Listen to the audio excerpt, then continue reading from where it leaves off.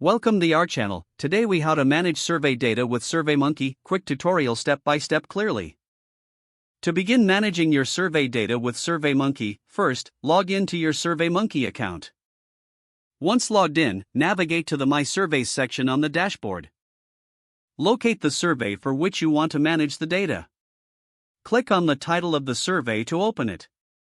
In the survey overview, find and select the Analyze Results tab. This tab will take you to the results page where you can view your data.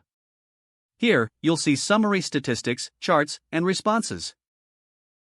To filter or segment your data, use the filtering options available on the left side. Select specific questions or criteria to narrow down the results.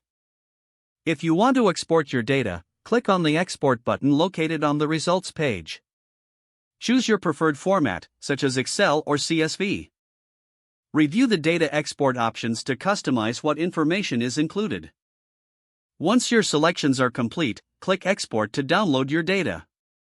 If you need to create reports, select the Reports tab from the Results page. Use the available templates or create a new report by customizing the layout. Add visuals and key statistics to enhance your report presentation. To share your findings, use the Share Results option on the Results page.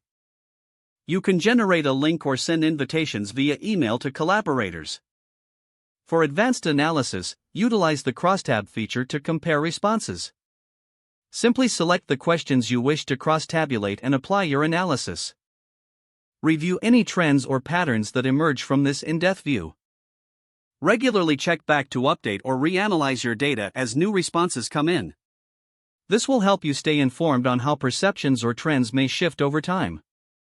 Now you're ready to manage your survey data efficiently with SurveyMonkey.